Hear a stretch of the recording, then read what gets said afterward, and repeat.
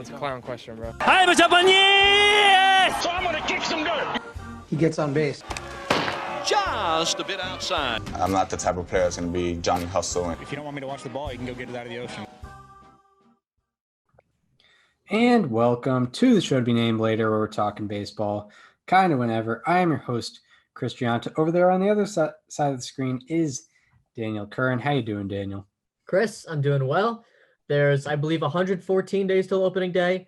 We got a lot to go over today. We got the non-tender deadline victims. We have the Angels just cornering the Iglesias market. And we're talking Todd Helton today. Our bubble case of the week is Todd Helton.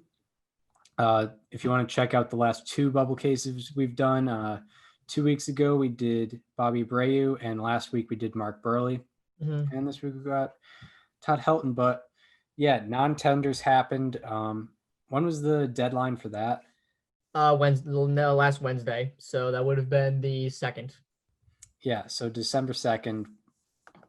And a few, I guess, somewhat notable names. The headliner is Eddie Rosario, and then there's a few other guys that, I was a little surprised to see, like Hanser Alberto was a guy. There were a lot of people, which I guess it makes sense following the financial losses that a lot of teams are going through. But there was a lot of people that were non-tendered this year, more than most years, probably more than any year.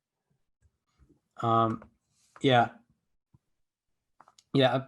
definitely because of that situation, for sure. All right, I have the list up here. Kyle Schwarber is one of them. Hanser Alberto is one of them. Eddie Rosario, Brian Goodwin, Archie Bradley, Kurt Casale, Hansel Robles, Danny Santana, Adam Duvall, John Brebbia, Greg Garcia, Tyler Naquin, Matt Andrews, Matt Wisler, Carlos Rodon, Delano DeShields. Good thing the Indians didn't give up much to get him. Maikel Franco, Ben Gamble, Nomar Mazara, David Dahl, AJ Cole, Ryan Stanek was one of them. MVP candidate Ryan Tepera was cut loose by the Cubs. Kenyon Middleton of the Angels. I think that's just about all the important ones. Jose Martinez was there. Yeah, I mean, Eddie Rosario is definitely the one that I think not a lot of people expected. Kyle Schwarber, he was one of my guys to watch, and he obviously had a tough year last year. But Corey Knebel wasn't on here. He wasn't mentioned, but he was one of them. That was interesting. Yeah, I guess Kyle Schwarber is probably the biggest name because of him being a huge prospect and being part of that, being a unique contribution to the 2016 Cubs World Championship. Yeah, had a tough year last year. It's always been kind of controversial with him because he's been a high strikeout guy, but he always has very good exit velocity and things like that. He's almost like a 3 true outcomes hitter, but not really. Yeah, and he has qualities of it, but not you can't exactly give him that rank. Yeah, and people when people talk about Kyle Schwarber, a lot of what's been mentioned is potential, and he's had some glimmers of success. One of the reasons he was one of your players to watch last year was because he had an awesome second half. Yeah. And overall, last year had an 871 OPS. Led the Cubs in home runs. Yeah, and he had almost 40 home runs in the year, and it looked like he had some momentum coming in, and he had good home run numbers this year as well. Had 11 in 59 games, but a 188 average and a 701 OPS, especially when you're a defensive liability. And it looks even better now that the universal DH is not going to be happening, which we forgot to put on the prep sheet, but that looks like it's not going to be happening. So yeah, Kyle Schwarber's just not a fit for the Cubs right now. He probably would have gotten a decent chunk of change in arbitration. So, and the Cubs are definitely not spending much right now. So, I guess it ultimately made sense. So there's one particular individual on this list that I was very surprised with, and I think would be a really good under the radar pickup for some team, and that is Matt Wisler, who is non-tendered by the Minnesota Twins. He had a really good season as a reliever last year. Kind of started his career as a starter with the Braves. That didn't exactly pan out too well. He went to the bullpen at some point, and this year in particular, he was awesome. Just to give you an idea, in 25 innings pitched, obviously a very small sample size, but in that, a 107 ERA with an expected ERA of 274. That would be in the top 7 percentile of the league. His hard hit percentage went down significantly. His ex-WOBA and his ex-WOBA went down significantly. All his expected statistics went down way down further than they were previously. And his strikeout percentage also went up 4.5% to 32.7. He's been, if you look at his baseball savant page, he's in the top 10 percentile of most of the leaderboards on there. Any team just about can benefit from having this guy, whether it's a contending team, whether it's a team that can try to flip him for some value. Matt Wisler is a guy that should be on every team's radar. Yeah, literally every team, like the Red Sox or someone like that. But I mean the Phillies. Yeah. Then again, if they can even afford it, because supposedly they're this ended up being debunked, but there was a report that they were shopping Zach Wheeler. And then John Middleton came out and said, I wouldn't trade Zach Wheeler if they offered me Babe Ruth. Which is probably smart because Babe Ruth is like 150 years old and he hasn't played in a while. But yeah, and he had a rough fall. Even in his last year in 1935, didn't look great. So not an investment to get Babe Ruth. But the Twins pulling some weird moves. I mean, like he's a reliever. He's not going to make that much in arbitration, and he had a 107 ERA last year, and they let go of Eddie Rosario too, but that's the obvious headliner. That must be frustrating for him. Like, I'm like, what more could he have done for the Twins to be like, yeah, no, we need you actually? What, Wisler? Yeah. A 107 ERA, like even with a 3.35 FIP, that's amazing. Exactly. It's really odd, and like it makes me wonder about the direction of the Twins. It does. They're letting go. Both central divisions are confusing right now because like the Cubs won the division. They're obviously kind of moving in a different direction with Theo stepping down, with them non-tendering Schwarber. They're kind of looking around to shop some people. They're listening to offers. The Reds just traded Raisel Iglesias, which we'll get to later. They've also, been listening to offers on Sonny Gray. The Cardinals, I guess, are in the best spot in the Central right now, if you really think about it. Yeah, like with the Twins, they're obviously letting go of Rosario, and this one's a weird one because it doesn't look like he would have made much money anyway. And Nelson Cruz is on the free agent market. They're probably not going to spend on him, so it might be another situation where they think they've hit their window, which is like, I don't know, 2017 to 2020. Mm-hmm.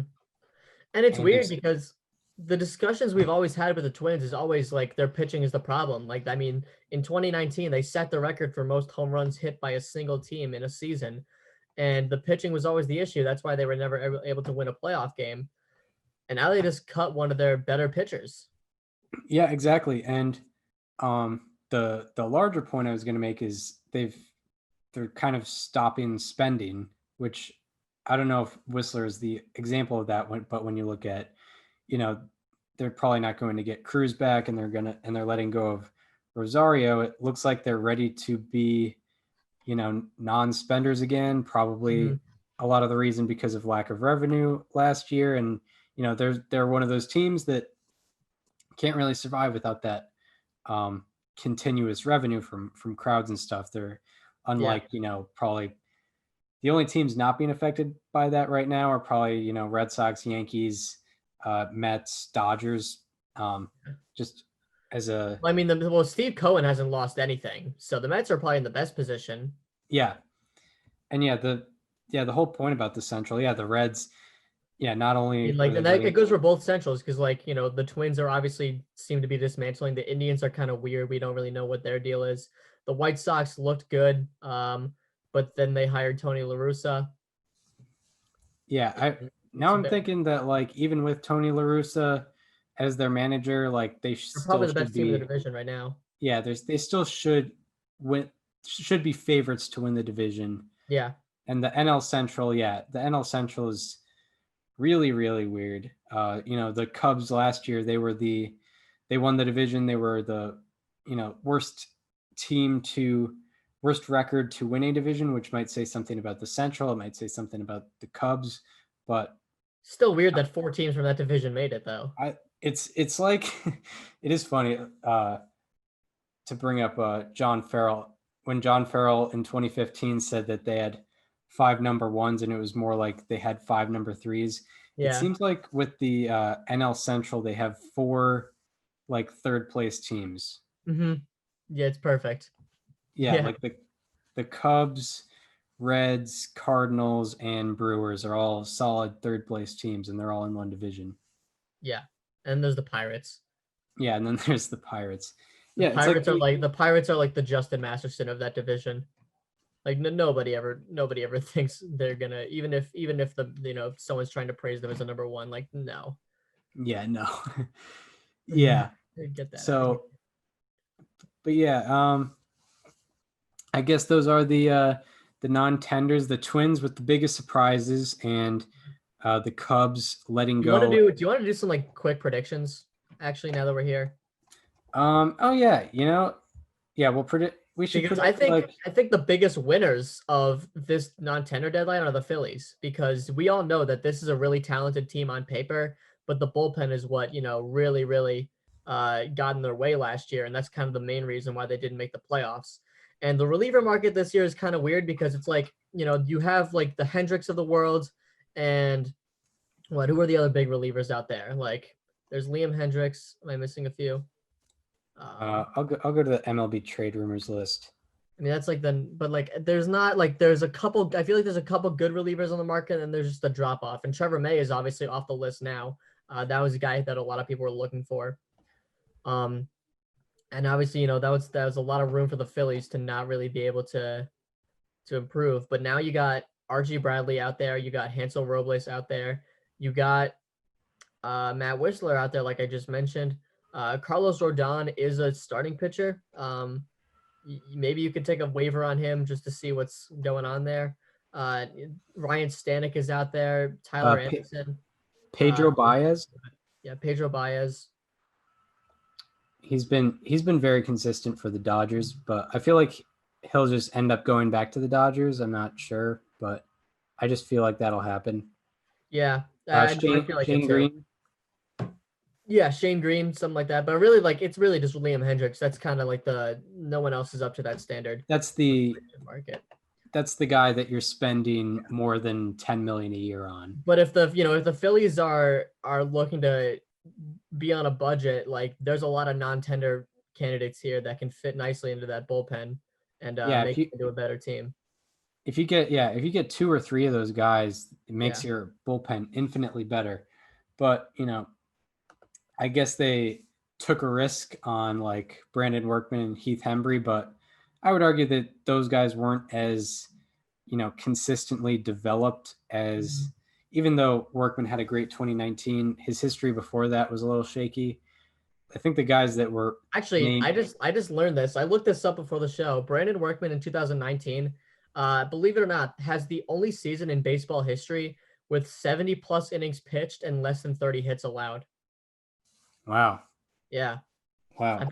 I bet you weren't expecting a how about that on this show. I saw it an hour ago. I was just it's interesting. Yeah, and the world of relievers, you just don't know.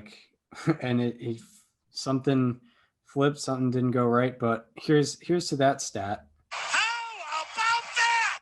Yeah. Because I was thinking about it earlier. I was like, man, like he was so unhittable that year. Like he only gave up 1 home run the whole season, and it was after Chris Sale's 17 strikeout game. He ended up being only season of baseball history, 70 plus innings pitched and less than 30 hits allowed. He allowed exactly 29. Yeah, I'll keep that in the log for the Brandon Workman episode that we're going to be doing in the future. For sure. But yeah. I mean, like, yeah, if the Phillies' eyes should be open on Wisler, who could use I guess, do you think that Schwarber is probably going to be a DH somewhere in the American League? Yeah, a lot of people are saying Yankees. I just don't really know where he would fit into that, into that lineup. Yeah, they already have.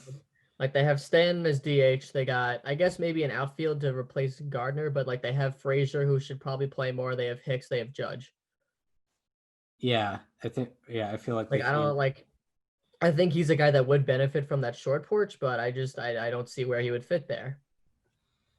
Yeah, no, I mean, I guess maybe the Twins could go after him as a cheaper replacement for Rosario. That would make sense. That's kind of similar Cruz. player. Similar type player, but there's a big drop off in defense there, especially if you're gonna, or Cruz, yeah, too. Yeah, Twins does make a lot of sense if they want to go a cheaper route. Yeah, that's definitely an option. If they want to add to that, keep the theme of the powerful lineup, that could work. But yeah, like competitive teams in the AL, yeah, I mean, I guess Yankees are an option, but probably won't happen. Twins look decent. I mean, you could always fill space on like the Angels roster or something. Anyone can get signed to the Angels right now, except like a center fielder. I do like what Perry Manassian has been doing.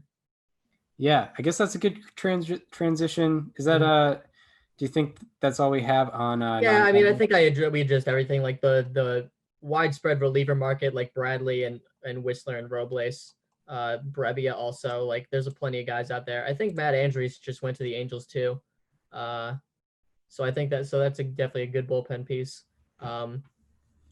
There's a lot that people don't know about the Angels. Like, obviously everyone looks at Trout and Rendon, but there are a lot of players on this team that have a lot of talent that kind of go under the radar. And now Jose Iglesias and Raisel Iglesias are both being added to that. Yeah, I guess the more under the radar guys are, David Fletcher and like Andrew Heaney had a pretty good year last year. Dylan Bundy too. He got some young votes. The big one though was Mike Mayers. Yeah, Bundy came in last year and had a real turnaround season.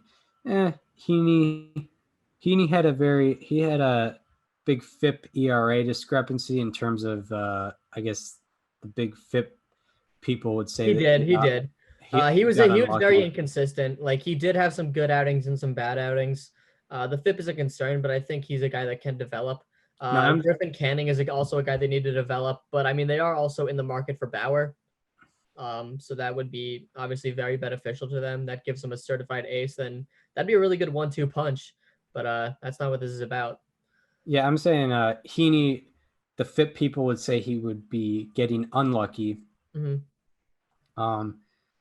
And Bundy, I'm not sure, but Bundy had a very good year last year. He kind of transformed.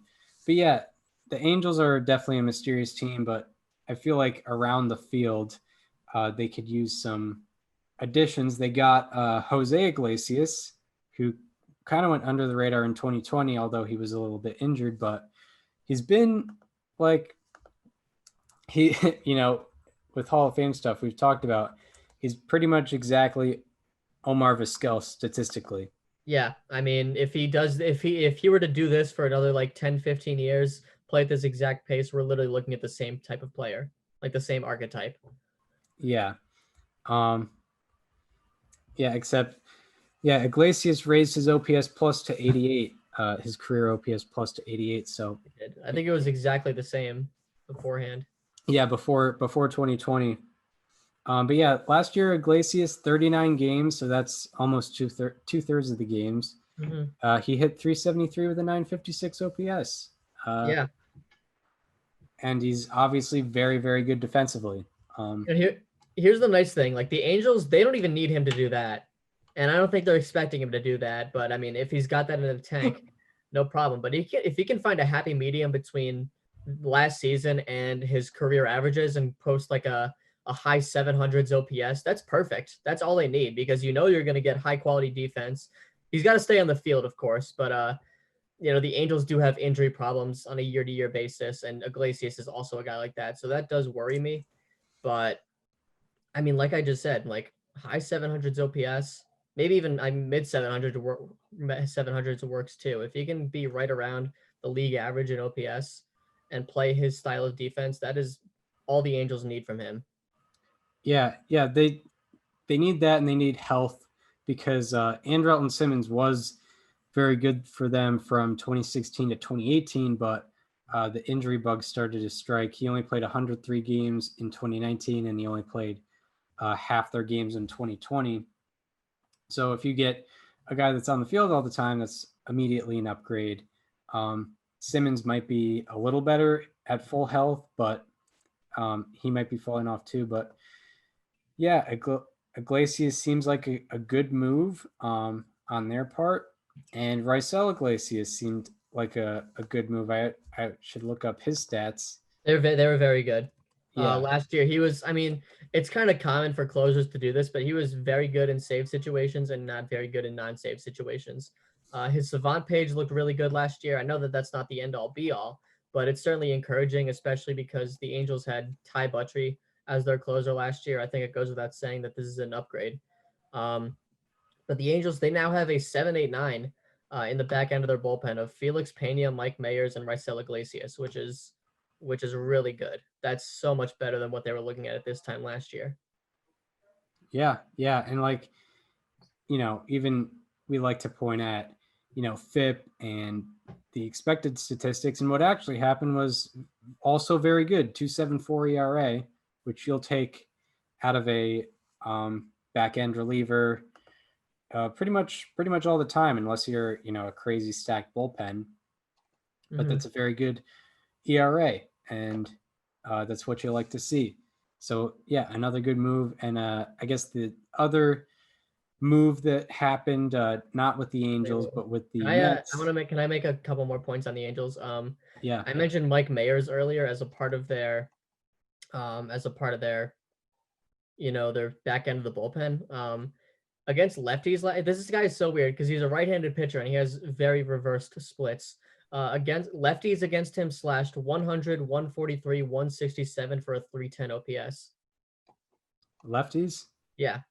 Wow. I believe they only went they went 6 for 60. Wow. Mm-hmm. That's wild. Yeah. And you may remember him from having the worst major league debut ever for the Cardinals in 2016. But now he's being very efficient for the Angels. And this is a team that, I mean, obviously everyone wants to see them succeed for the obvious reasons of we need to see Mike Trout in the playoffs. And I really, really like what Perry Manassian has come in here and done. I don't know if that speaks to Billy Epler. I don't know if it speaks to, the Angels maybe having a change of heart from a front office perspective after the firing, because we don't really know the ins and outs of how all that worked. But nonetheless, he's come in and he's making moves, and he's obviously making this team better than what they were before.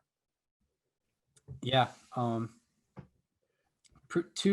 Two pretty under the radar moves, not, a big splash in free agency, which might end up happening later in the offseason, but, getting the puzzle pieces together, filling in with a good shortstop, filling in with a good bullpen arm.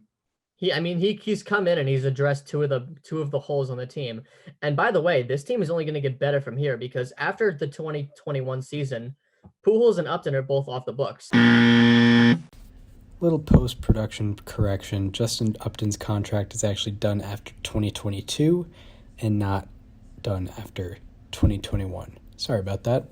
That is so much money that they are now freed of that they can go spend elsewhere. Yeah, this could be the start of something. And Trout's locked up there for life, pretty much.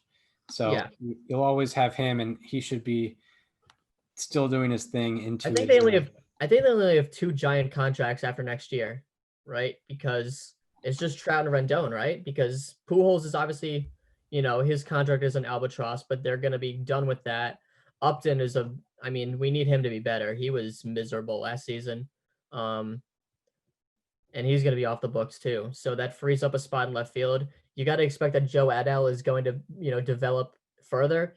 Brandon Marsh, if he isn't traded for something, is probably going to be. By the way, I just made a connection. Last time the Orioles and Angels made a trade, the Angels got a really good starting pitcher. So now they may get a really good shortstop. Yeah. Interesting. Very possible. We'll see.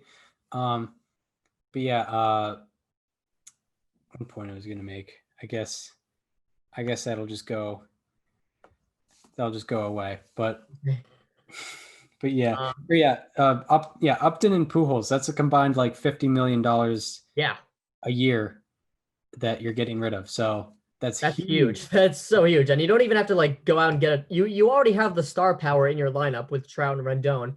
And then who knows what Adell can become, because he was a absolute top of the line prospect when he was in the minors. So if he can develop to become a third superstar in that lineup, you can focus on the little things with that $50 million.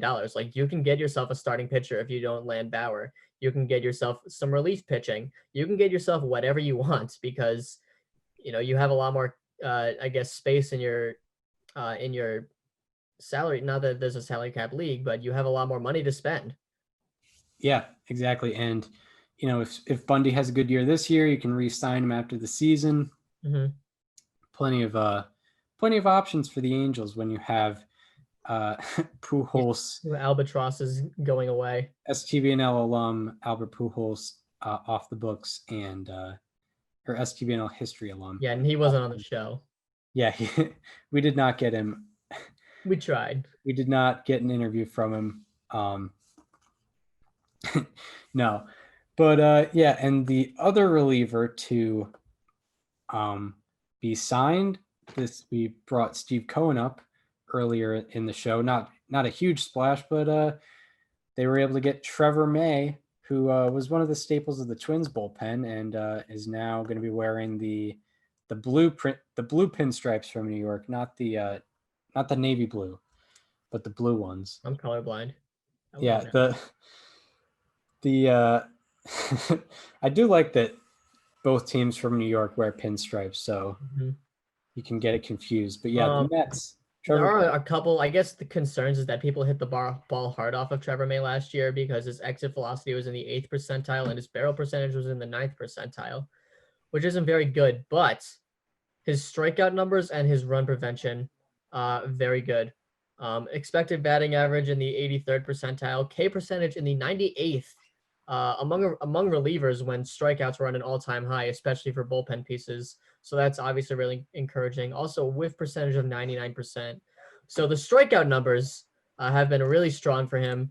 I know I'm kind of going to contradict what I said 3 seconds ago, but the run prevention and the hard hit balls can improve. But ultimately, I think this is a really good move for the Mets. The bullpen can always use some work. You can never have enough relievers.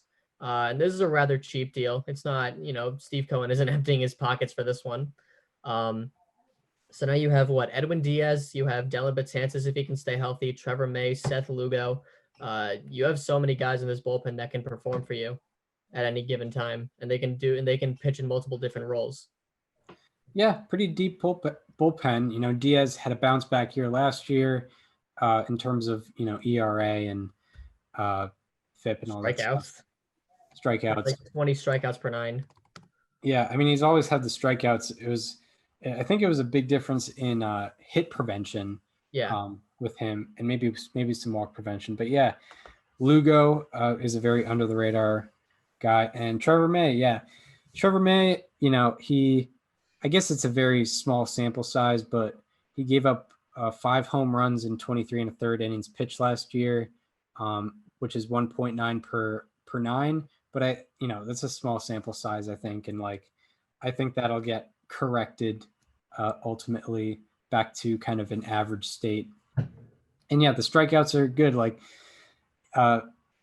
with exit velocity, I only consider like the percentiles of like exit velocity and hard hit percentage if a guy isn't, striking a lot of guys out.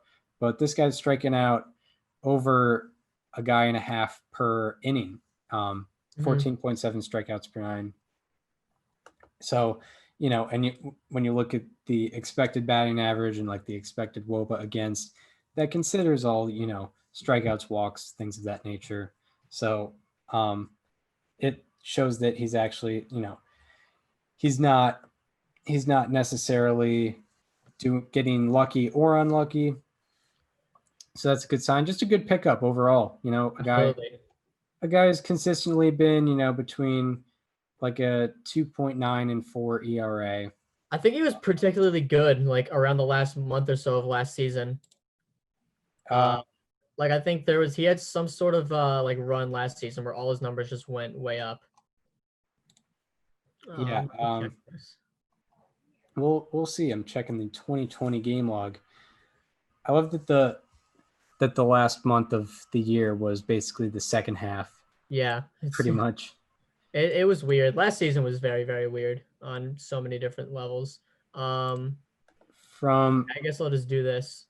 During the month of September last year, he was very good, a 2.89 ERA with 16 strikeouts and 9 1/3 innings pitched, and an opponent's OPS of 552. Yeah, and his last 6 appearances, 5 1/3 innings pitched, no hits, 1 run that was unearned, 3 walks, 10 strikeouts. No hits. So that's a 0.00 average, 158 OPS against, in 5 1/3 innings pitched. But still, that's a guy that can go on a run like that, be pretty reliable. And, 3.86 ERA, that was his highest of the last 3 years. So, it's not going to get too bad. So that is Trevor May. Any more thoughts on this pickup? This is a good move for the Mets. Good move is this Steve Cohen's like first move? I guess this is his first big one, right? Yeah, I think so. Outside of maybe one non-tender. I don't know. I don't know if he non-tendered anybody. I don't think so. But yeah. That's it. But yeah, and now we get on to Hall of Fame talk, which is yay. Which is a very, especially this offseason where free agency, we're not going to be seeing guys sign till about June. So we have to talk about, Hall of Fame stuff. And Hall of Fame stuff this year is especially important this year because there's no one you see that you're like, oh, this guy's definitely going to get in this year. Like, last year it was Derek Jeter, and the year before that it was like Mariano Rivera. Roy Halladay as well. Yeah, Roy Halladay. Chipper Jones was very recently. Jim Thome was very recently. I think those were both 2 years ago. Yeah, Jones was on the same ballot as Rivera. The year before that was Pudge Rodriguez. Yeah, like guys that were pretty much automatically going to be in. These are kind of the everyone's kind of I guess, a misfit toy of the Hall of Fame. They're going to be getting, whoever gets in will be getting in after multiple ballots and more than 2 ballots for sure, unless Bobby Abreu can pull it out this year, which he won't. but yeah. Bobby Abreu just goes from 5.5 to 81.3. Yeah. He gets drug tested. Yeah. But yeah, we're going to be this is a new segment introduced by Daniel. Daniel really is up to date on what ballots are coming through. You know what I'll do? I'll pull up okay, if you're not following Ryan Thibodeau on Twitter, you need to. It's at not Mr. Tibbs. He does a fantastic job tracking all the ballots that come in from writers, and he keeps like a big spreadsheet or it's a Google slide, it's a Google sheet, or it's whatever it is. But before we get into this, there have been 24 ballots made publicly, 2 anonymous, in total of 26 ballots that have been put out so far. Barry Bonds and Roger Clemens both have 18 out of the 26. That puts them at 69.2%. And nobody else has more than that. Scott Rowland has 17 of them for 65%. Kurt Schilling has gotten a couple drops, which puts him down to 57% at this point. I'm trying to think what other like big takeaways are there. Omar Vizquel has kind of stayed steady to where he was last year. If it were to end right now, which you can't, that's not fair to do, but if it were to end right now, he would go up 1%. As of now, nobody is at the 75% threshold. But yeah, that's kind of it. And we are going to go over I'm not gonna be mean. So we're gonna do the best and most confusing ballot of the week that comes out. Yeah. And so the best, my favorite ballot that came out this week was from Mark Newman, who has been writing. He's an MLB journalist. He put out his ballot on Twitter, and he put out a ballot he added Bobby Abreu. He checked off Barry Bonds. He checked off Roger Clemens. He checked off Todd Helton, who we're going to be going over today. He checked off Andrew Jones. He checked off Andy Pettitte. He added Manny Ramirez. He checked off Scott Rowland. He checked off Kurt Schilling, and he checked off Billy Wagner. And I believe he also said that Sheffield was like on the bubble for him. Yeah, he did. So Sheffield's on the bubble. I'm actually going to share the screen just as a visual if anyone wants to see. Yeah, let me do that on YouTube. But yeah, Abreu, Bonds, Clemens, Rowland, Ramirez, Pettitte, Helton, Schilling, Wagner, and all STBNL approved. I would say the one that I would maybe adjust is Pettitte, but if that's the one thing I'm looking at, you did a good job. Yeah, obviously we're not all going to have exactly every one of these on our ballots, our official BBWAA ballots, but it's very, very similar line of thinking as we can see. Yeah, I mean, there's so many different possibilities here, and there's definitely no defined correct ballot, especially with, a lot of the lack of just automatically appealing candidates on this one. But I'm happy with how Mark Newman decided to vote on this one. Listen to this, you did a good job. We're proud of you. Yeah, shout out to Mark Newman, and I hope he gets well because he said he had COVID. So yes, hope he gets better soon. But yeah, pretty much our line of thinking. Most of the bubble cases he has. We're gonna make it pretty clear who we want and who we don't want. When we do, especially with this segment, you will see a lot of patterns here.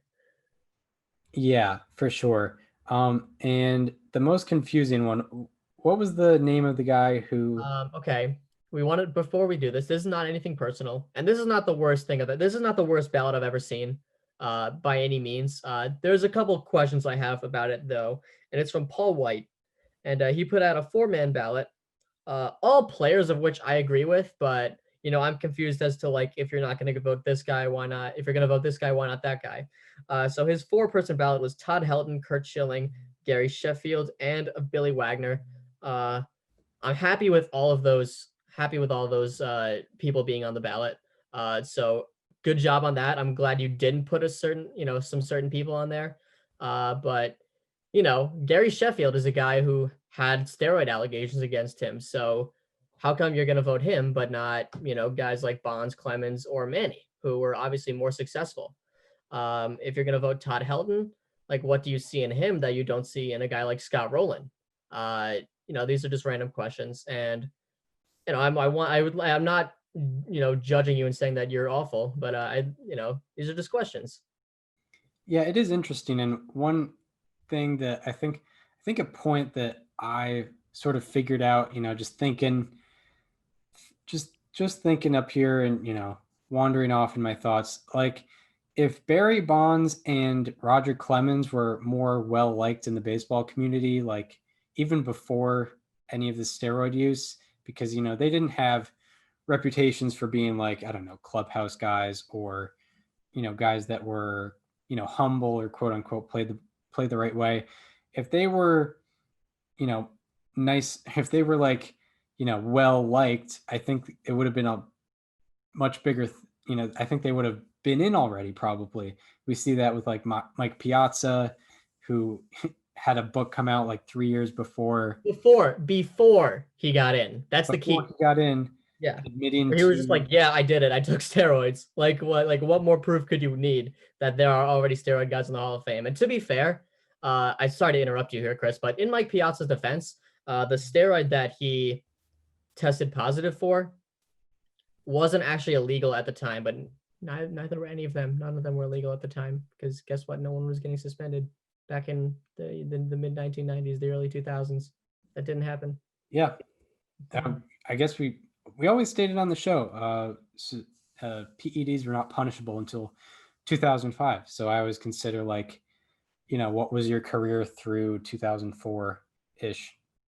But yeah, like, and Gary Sheffield, I think is more well-liked than like Barry Bonds and Roger Clemens. So he kind of gets that vote. Like even like a guy like David Ortiz, he didn't have, as big of a spotlight on him, but I think he's going to be more forgiven. I don't know if he's going to be a first. I feel kind of bad because this is definitely not, this is not by any means a bad ballot. And I think when we showcase this is supposed to be like, look how many terrible things are on this.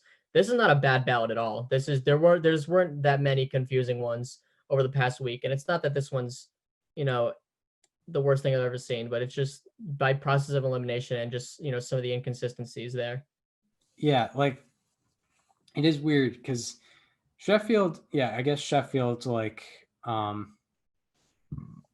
PED allegations weren't as publicized as, Bonds and Clemens, but that's because Bonds and Clemens were the best of their time, position player and pitcher wise. So, yeah, I mean, I guess if you're not as good as them, you kind of get the free pass from him. I don't know. I don't want to put, words into his mouth, but that's, if I had to assume that, if I had to assume like what his line of thinking was, maybe it would be that, but or subconsciously. We need Kurt Schilling to get in this year because that if he gets in this year, that's one less guy that people have to consider during the last year of Bonds and Clemens. And next year's ballot's going to be pretty stacked with the first year people. Yeah, Schilling, he's on his 9th, right? Yes. 9th. Yeah, I mean, if he's getting drops, it doesn't look great. I know he had some legal thing in terms of like crowdfunding or something like that. Yeah. And like, Well, I mean, I think if people are going to drop Schilling because of the character clause, I don't think it's because of that. I think it's because of just the world events of the last year, and what Kurt Schilling has been known to stand for. And I'm not saying I agree or disagree with any of that, but I still don't think that should disqualify him for the Hall of Fame. Yeah, I don't. Yeah, like there. Ultimately, it's political opinions, words. The guy, like I know it was 19 years ago, but he did win a Roberto Clemente Award in 2001, which raised money for ALS. And he still does that. Like he still does work against ALS to this day. Yeah, very short. Very like much he so. literally named his son Gehrig. Yeah, he did. So, I know that, maybe he can say some controversial things, but I don't think like in this world spectrum, like what is he really doing? It's ultimately nothing. It's ultimately just going into a cloud somewhere. It's not really much. That's at least where we stand. But yeah, like it's just it's tough to see that he's getting drops. I guess, next year will not be an election year. So good for him. Yes. Thank God. It'll only be, mayors and first select people. Yeah. I don't think he's going to lose any votes over that. Yeah. But you did mention like the last time he lost votes from a year to year was 2016, 17. Yeah, 2016 into 17. Yeah. Yeah, one thing I will correct, there was on election day of that year, he put out a really, really controversial tweet, like the one that everyone references. I unfollowed him on Twitter after seeing that one. Yeah. Like I was I thought it was only because of who won, but that I think it was largely because of that.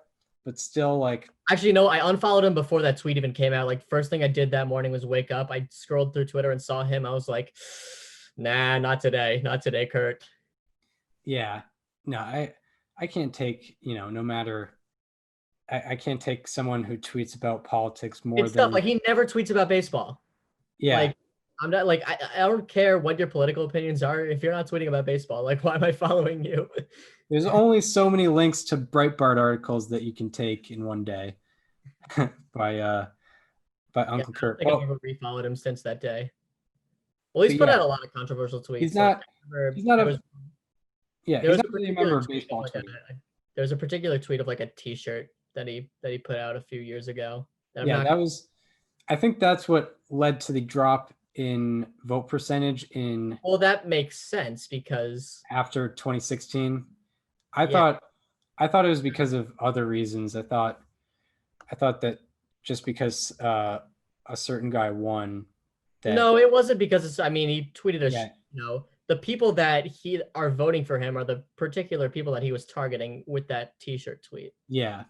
So I misunderstood that in my No, I don't think it's because guy who won. Like, I think that certainly is a part of it, but I don't think it's directly like a cause. Like, I don't think it's like, oh, if this went differently, but he still thought that I would have, like, I don't think it's like that at all. I think it's just, obviously, I agree with that. I sort of implied that in when I did my Get Schilling in the Hall of Fame rant last year, but I guess I did not know that particular history.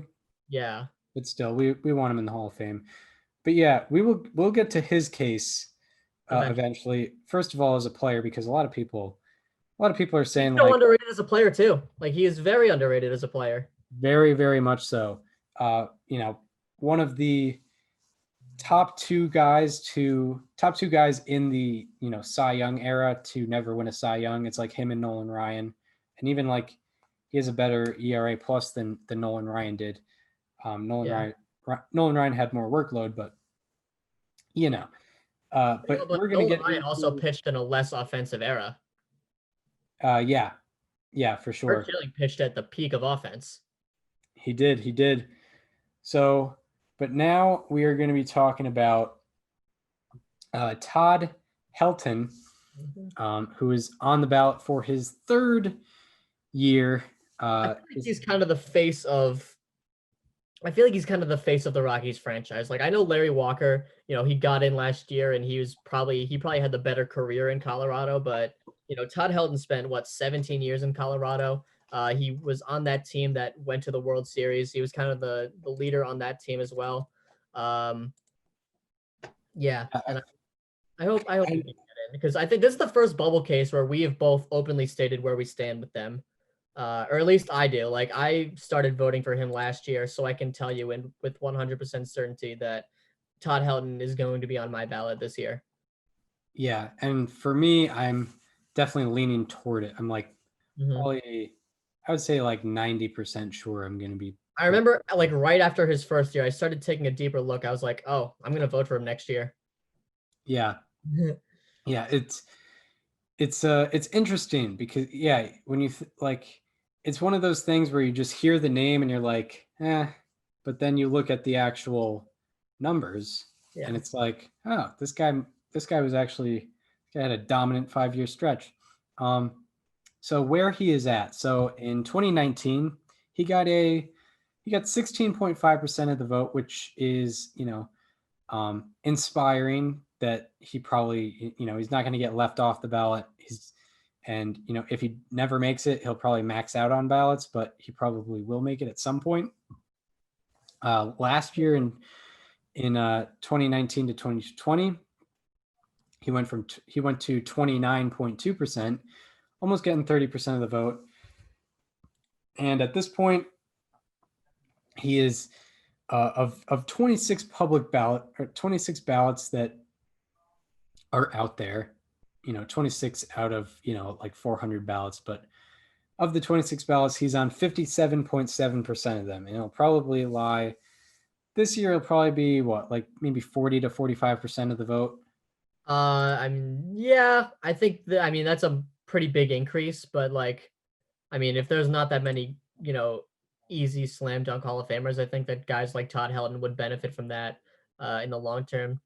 But yeah, I think the goal for him would be like high 30s, because I think that puts him on a good pace through 3 years.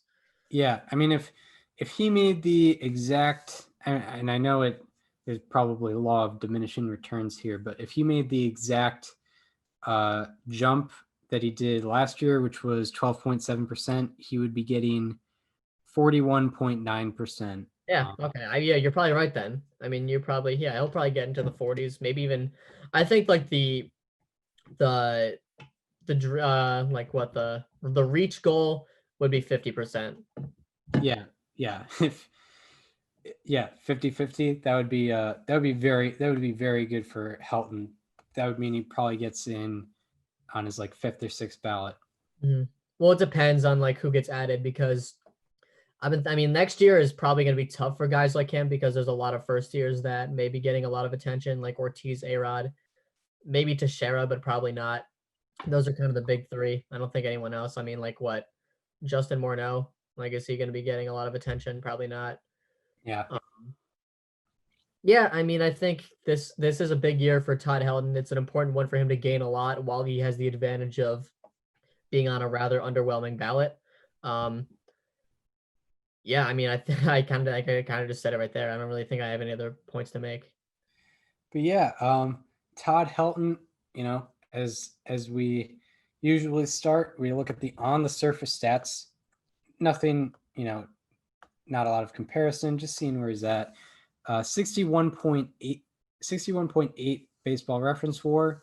That is 5.1 below the average Hall of Fame first baseman.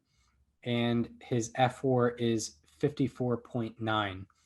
So a bit of a discrepancy there. So if you're more of an F4 person, you might be a little more skeptical of his Hall of Fame case.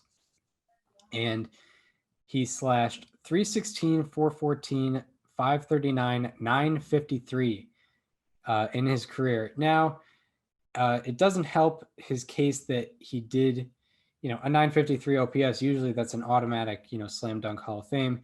But not only did he play in the most offensive era ever, he also played half his games in the best ballpark for hitters era ever at Coors Field.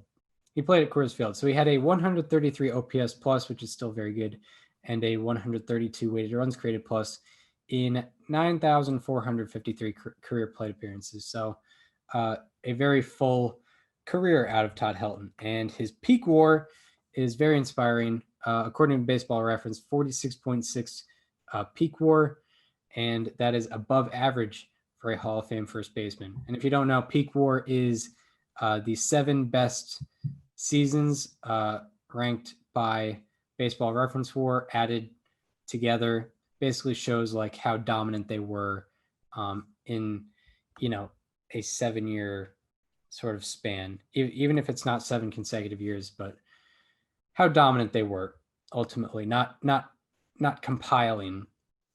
The peak WAR does not benefit the compilers as much. And he ended up with 2,519 hits, 1,335 walks, 369 home runs, and 592 doubles. And those 592 doubles are 19th all time in baseball history. And, like I said, it's hard not to account for non-park adjusted stats for Helton as he played his entire career for the Colorado Rockies. So I'm not really looking at guys with 2,500 plus hits and 1,300 plus walks combined.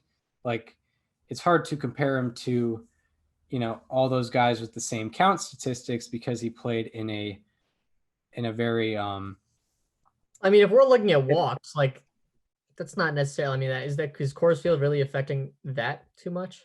I guess not, but it could affect like The pitcher throwing the ball, like if anything. But I think that's kind of a reach. Like I think it's tougher to look at hits, home runs, yeah, doubles. but I guess like combination of hits and walks Mm-hmm. is hard, and also like a hitter might be less like in a situation where a home run could change the game. At Coors Field, a pitcher might want to throw to a guy less because there's a better chance of there being like an explosive hit. But it is a bit of a reach. But we're focusing more on park adjusted statistics because ultimately, I think those park adjusted statistics still benefit Absolutely. Helton's case. And Helton's road OPS, if you're wondering. So at home, obviously he dominated, but on the road, he still had an 855 career OPS on the road, which is very, very respectable, especially considering like, when you're on the road, you're out of your element anyway. Well, I'm wondering if the SOPS plus was listed there. Probably. I'm gonna check it. And if you consider, a lot of guys' cases are made or break in the playoffs. Helton was kind of neutral in the playoffs, I guess bad, but in terms of win probability added, very neutral. He hit 211 with a 584 OPS and 66 plate appearances in the playoffs, and he had 0.01 win probability added. So didn't add or like take away anything from the team in the playoffs. They don't have SOPS plus, but they have TOPS plus, and I don't think it's the same because I don't see how an 855 road OPS would be an 80. Yeah, I don't. Yeah, that's. I also don't see how a 1048 at home would be a 119. Yeah, that doesn't make sense. So TOPS plus, OPS for split relative to players total. Oh, that's why it's because it's okay. It's adjusted to the players. Okay, cool. I get it. Yeah, okay, that's not very reliable. Yeah, It's supposed to be like 953 is the standard, and yeah, okay, yeah. that makes sense. So, but ultimately, his road OPS is very respectable, 855. So, like, I don't know, but Bobby Abreu played in like the same era. Bobby Abreu had a career 870 OPS and a 128 OPS plus. So, like, if you could equate Helton's road OPS to OPS plus, it would probably be around like 125 or something like that. Yeah, which is very respectable, especially on the road. So, and like, yeah. So now we get into comparisons, or actually, what do we take away from the on the surface stuff? What do you see from just the basic looks of it? yeah. I mean, when we talked about Larry Walker last year, I think a lot of it was pointing at his road statistics and being like, "Hey, this guy was really good outside of Coors Field." But for Larry Walker, you had the benefit of being like, "Well, he also played in Montreal. He also played in St. Louis." Guys where you don't have that, or places where you don't have that ballpark advantage, and he was still really good there too. Obviously, with Helton, he only played at Coors Field. He only played for the Rockies, so that does. It's unfortunate that that's something he can't exactly control, and it's something that's used against him. But he did his job when he wasn't there too. Yeah, exactly. And like we referenced it like last year, like Larry Walker had a better road OPS than Derek Jeter had career OPS. So does Same Helton. same exact thing with Todd Helton, and it's by a significant margin. I know that we know that Derek Jeter played longer and had great defense, and was Mr. Clutch. Yeah. No, he totally five championships. He totally had a really high batting average in the playoffs with the runners in scoring position, right? Oh, you know what? We'll just move on from that. I don't want to shake up the show. Do not look at Chris's Twitter bio to see what Derek Jeter's batting average was in the playoffs with the runners in scoring position. Just don't do it. Yeah, and if you do, make sure you're sitting down before that. So with Todd Helton, we're going to kind of compare him with guys with similar numbers in terms of BWAR, OPS plus. So here are a list of Retired players with 60 to 64 B WAR. Helton lied at 61.8, so kind of that range. And 60 to 64 B WAR in 8,500 to 10,500 plate appearances. It's important to put the plate appearances down even with the B WAR because, a guy getting, 60 B WAR in, 7,000 plate appearances is a lot different from a guy getting 60 B WAR in 12,000 plate appearances because, the guy with 7,000 plate appearances obviously was much more dominant for, in his time. A guy with 12,000 plate appearances probably kind of compiled up to that point. So we get the range of both WAR and plate appearances. Yeah. So the list of guys in those ranges, there's I think 8 or 9 other guys. There's Jesse Burkett, who's a dead ball era Hall of Famer. Andrew Jones, who is on the ballot. He's a future bubble case. Jake Beckley, who is a dead ball era Hall of Famer. Willie Davis, who was a defensive player, never got on the ballot, but his career OPS was 723, so he didn't really get that attention for Hall of Fame. Keith Hernandez, should be a Hall of Famer, who probably should be a Hall of Famer. He was a 9th ballot drop, but I think he should get on a veterans committee at some point. Then there's Harmon Killebrew, who is a Hall of Famer, member of the 500 Home Run Club. Bobby Abreu, a guy we talked about 2 weeks ago, he's on the ballot, and he's getting more traction this year, I think. And Zach Wheat, who is another Hall of Famer. And then the retired players with an OPS plus of 130 to 135 in that range of plate appearances, 8,500 to 10,500. Roberto Clemente is the headliner of the group. He's a Hall of Famer. Tony Gwynn is a Hall of Famer. Al Simmons, who is a Hall of Famer. Fred Clark, who is a dead ball era Hall of Famer. Fred McGriff, who maxed out on ballots a couple years back. I think he can also be a veterans era or whatever they call their committee guy, because I don't think he's old enough to make the veterans committee, but whatever committee that he ends up on, I think he should make it. Yeah, it's possible. And I think he was getting around 50% of the vote in his last year. A lot of his percentage was in the last year because I started voting for him during his last year because a lot of people were like, oh wait, Fred McGriff's on the ballot. We should vote for him just to say we did it. Because he got a lot. I think he netted plus 25, plus 30 votes in his last year. I think a lot of that was just oh, I might as well do it while he's here. Yeah, no, he went from 23.2% in his 9th year to 39.8% in his last year. Yeah. So he was very much considered, but didn't end up getting the. I wouldn't be mad if he gets in at some point. Yeah, me neither. He had almost 500 home runs. And then the next and final 3 guys in that list of retired players with an OPS plus of 130 to 135 in 8,500 to 10,500 plate appearances. Jim O'Rourke, who is a dead ball era Hall of Famer. Orlando Cepeda, who was a veterans era Hall of Fame inductee, and on the BBWAA ballots, he maxed out, but his last year he got 73.8% of the vote, and then 5 years later he got inducted through the other committee. So I guess that's something to consider there. And then the last guy is Ken Singleton, who was a first ballot drop. So I think from this list, it's majority Hall of Fame caliber guys. Yeah. With Helton. Yeah, I think it's worthy. You look at him in the same list as Roberto Clemente and Tony Gwynn.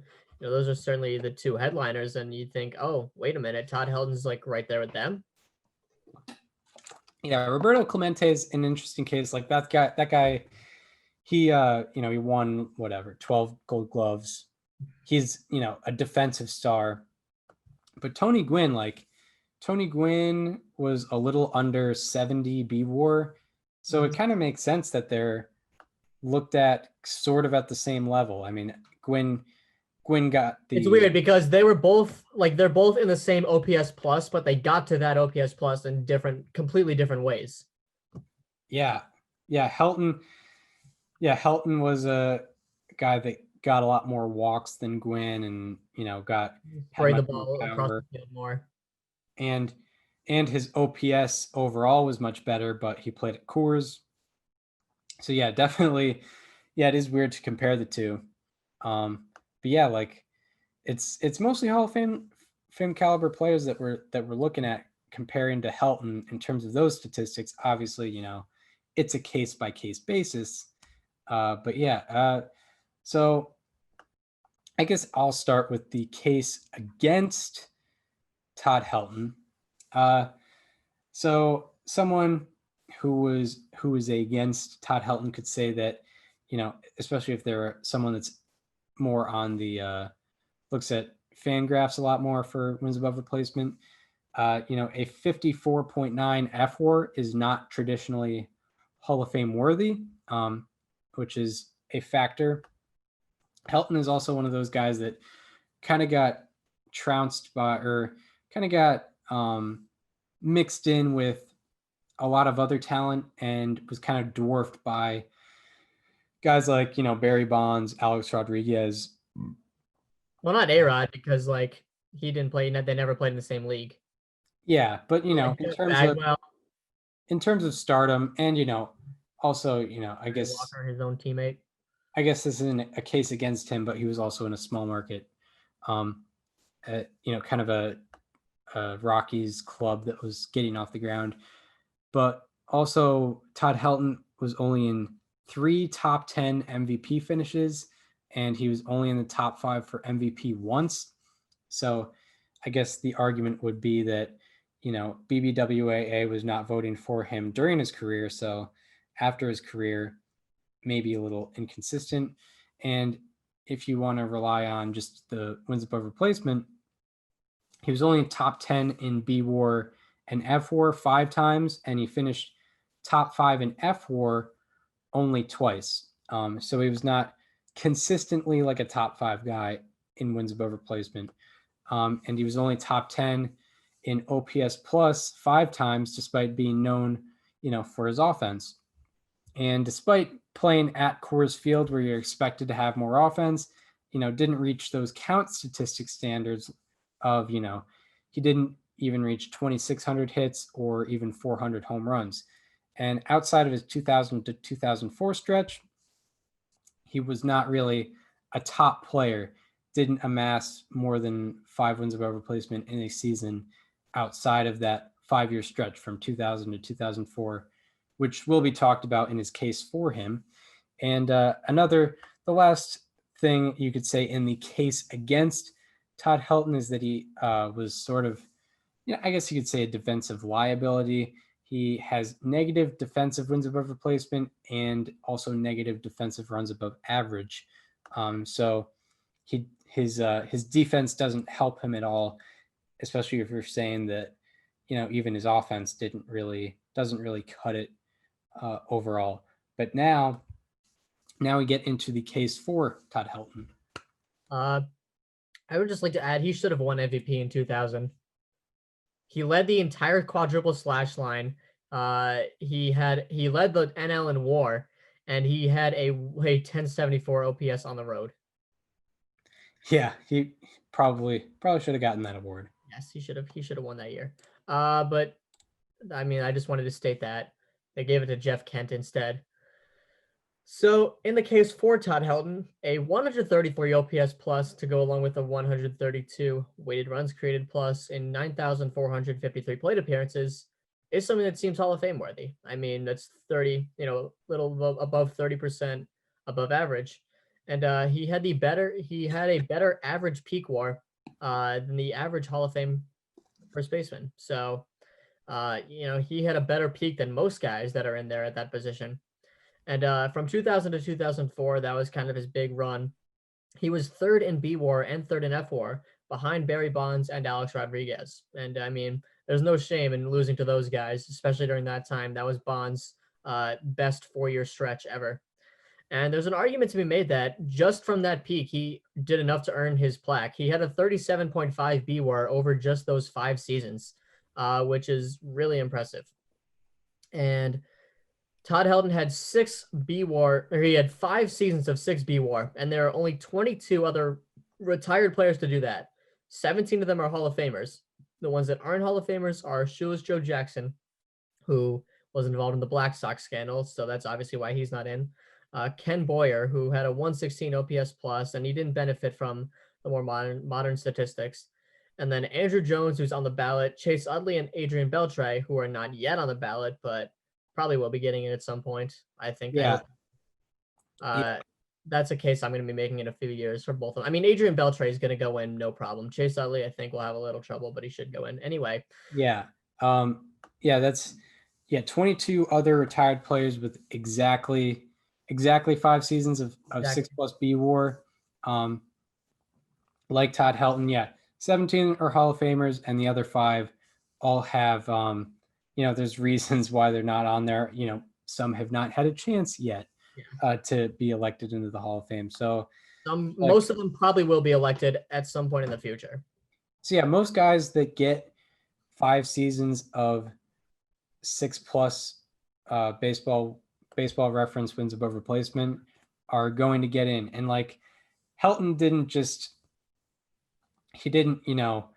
halt on the brakes after his career. He still had a very he was still able to be productive outside of that stretch. It's just that's where he peaked for sure. But anyway. So one last note that we have here on. Hold on a second. Okay, yeah. But one other note we have here on Todd Helton. There are 10 other retired players with exactly 6 seasons of 625 plate appearances and an OPS plus of 140 or better. All of which are Hall of Famers, and except for one, but the one non-Hall of Famer accumulated 1,400 less plate appearances in his career than Helton did, and had a lower OPS plus career-wise. Who is that exactly, Chris? Do you remember? Jim Wynn. Oh. He played for the Astros. I like 60s, 70s. I want to say something like that. Yeah. I want to. Yeah, that's the one other guy, and he just didn't have as complete a career as Todd Helton did. 70s. But yeah, that's our Hall of Fame. That's our bubble case for the week. Todd Helton.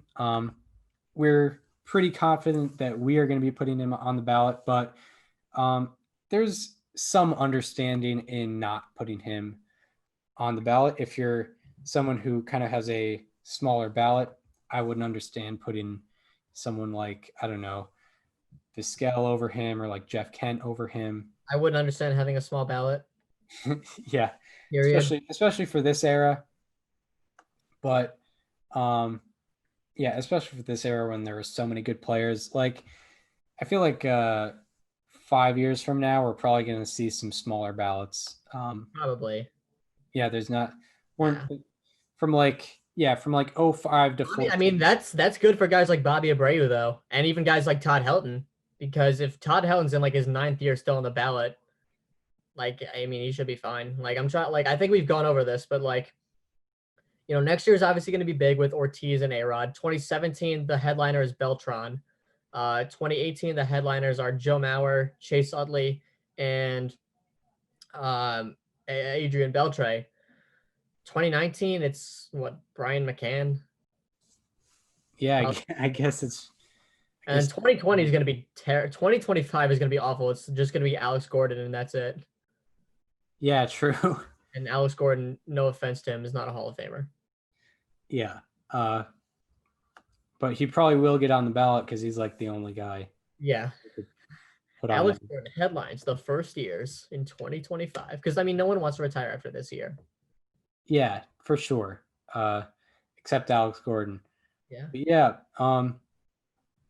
That's kind of that's the case for Todd Helton next week. Or I guess we should figure out what we're doing for next week. Tim Hudson, maybe, if you want to even do him. And I think what we'll do the Clemens Bonds thing towards the end of the. I think it should be Tim Hudson, if not him, Andrew Jones next. We should figure out a schedule because we only have so many episodes. We haven't done that, because the election's in 7 weeks or so.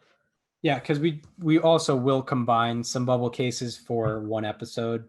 Yeah, like most likely, and then the Omar Vizquela episode is going to be epic. That's gonna be its own show. Yeah, that's gonna be just the. We cannot wait. We've been preparing for that one since about May. No, before then, like last year, we made a video about him. Yeah, we did. Yeah, I watched that earlier today. Yeah, I was completely oblivious to like the popularity and B how much of a non-Hall of Famer he actually is. I opened your eyes, but you didn't vote for him last year. No, you never fell into that category of people. Yeah, and there were plenty of I will be adding plenty of guys to the ballot. I know of at least 2, maybe 3 people that I definitely will be adding to my ballot this year, and Todd Helton is not one of them because I already did add him. Yeah, so I guess that does it for this week's edition of the show to be named later. We got to go over one more thing.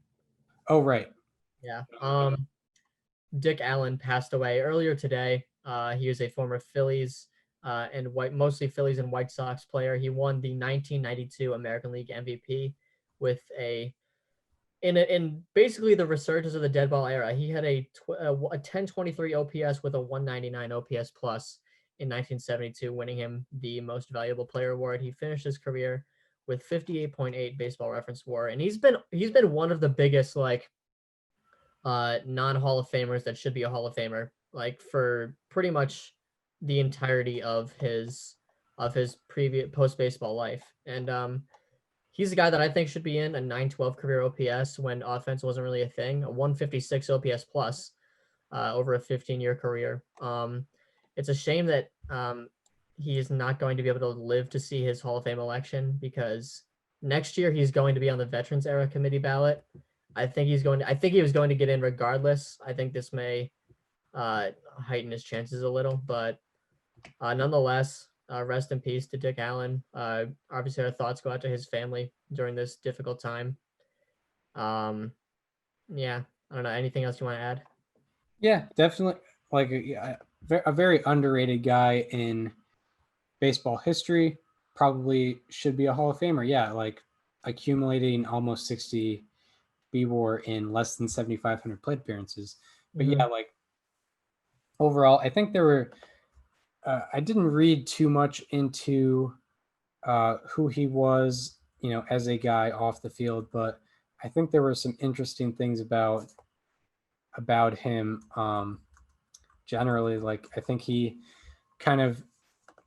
I'm not sure, but I know there's something there. But if there is something there, I'm not the one that's going to be the scribe of it, the one telling the story for him. Yeah. We'll leave that to people that kind of covered him actually. So rest in peace to Dick Allen, died at 78. So we hope you enjoyed this check-in of the show to be named later. If you are listening on Apple Podcasts or Spotify, want to watch us talk, go to our YouTube channel, subscribe to our YouTube channel. It is called STBNL with Chris Gianta and Daniel Curran. If you want to follow us on social media, follow me on Twitter at Chris_Gianta. Follow Daniel on both Twitter and Instagram at Daniel_Curran. And follow our show Instagram at STBNL Podcast. From all those accounts, you'll know exactly when our content is out there.